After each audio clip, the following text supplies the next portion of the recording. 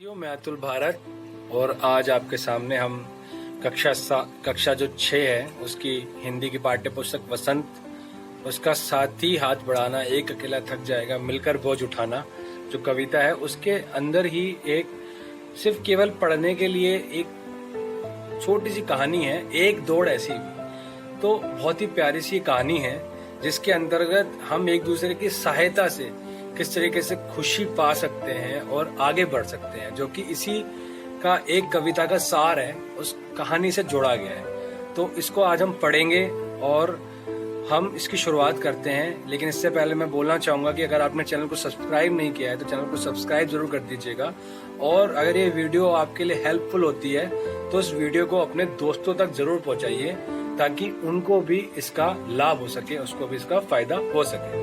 तो एक दौड़ ऐसी भी। कई साल पहले ओलंपिक खेलों के दौरान एक विशेष दौड़ होने जा रही थी। 100 मीटर की इस दौड़ में एक गजब की घटना हुई। 9 प्रतिभागी शुरुआत की रेखा पर तैयार खड़े थे। उन सभी को कोई न कोई शारीरिक विकलांगता थी, जैसे कोई व्हीलचेयर पे है, कोई बैसाखी के साथ में है, तो किसी का पैर नहीं है, किसी का हाथ नहीं है, या कोई ढंग से नहीं दौड़ सकता, मतलब कोई ना कोई शारीरिक विकलांगता थी। और 9 पार्टिसिपेट जो करने वाले थे, जो 9 प्रतियोगी थे, वो इसके अंदर थे। तो स्टार्ट लाइन पे खड़े हुए थे और सीटी बजी और सभी दौड़ पड़े।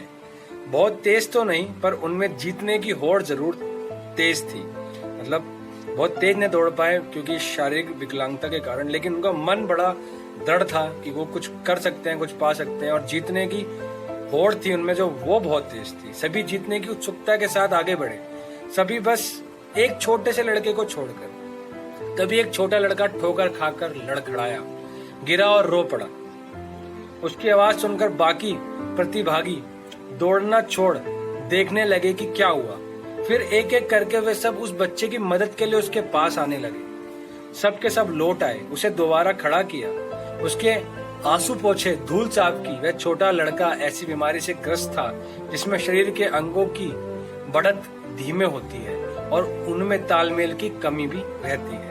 इस बीमारी को डाउन सिंड्रोम कहते हैं। लड़के की दशा देख एक बच्ची ने उसे अपने गले से लगा लिया और उसे प्यार से चूम लिया, ये कहते हुए कि इससे उसे अच्छा लगेगा। फिर तो सारे बच्चों ने एक दूसरे का हाथ पकड़ा और साथ मिलकर दौड़ लगाई और सबके सब अंतिम रेखा तक एक साथ पहुंच गए। दर्शक मंत्रमुग्ध होकर देखते रहे इस सवाल के साथ कि सबके सब एक साथ बाजी जीत चुके हैं। इनमें से किसी एक को स्वर्ण पदक कैसे दिया जा सकता है? निर्णायकों ने भी सबको स्वर्ण पदक देकर समस्या का शानदार हल ढूंढ निकाला। सबके सब एक साथ विजयी इसलिए हुए कि उस दिन दोस्ती का अनोखा दृश्य देख दर्शकों की तालियां थमने का नाम नहीं ले रही थी। तो आपने यहाँ पे देखा कि किस तरीके से सब लोगों ने मिलकर एक दूसरे का साथ दिया।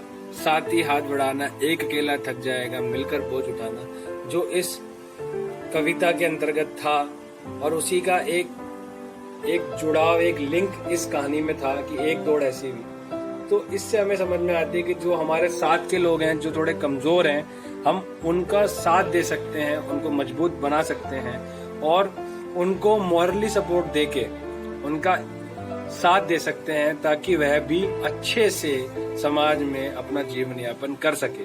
कमजोर की सहायता करना और एक दूसरे को अपना हाथ देकर आप पढ़ाई के लिए, खेल कूद के लिए, आप जो भी चीज आपको अच्छी लगती है, आप दूसरे को भी सहयोग दे सकते हैं।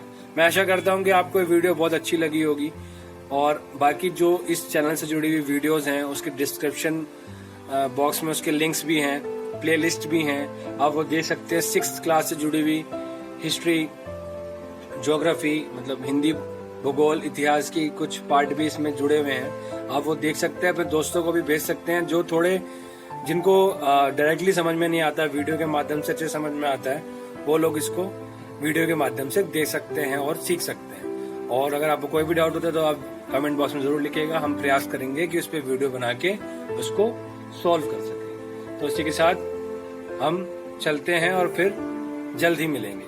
जय हिंद, जय भारत।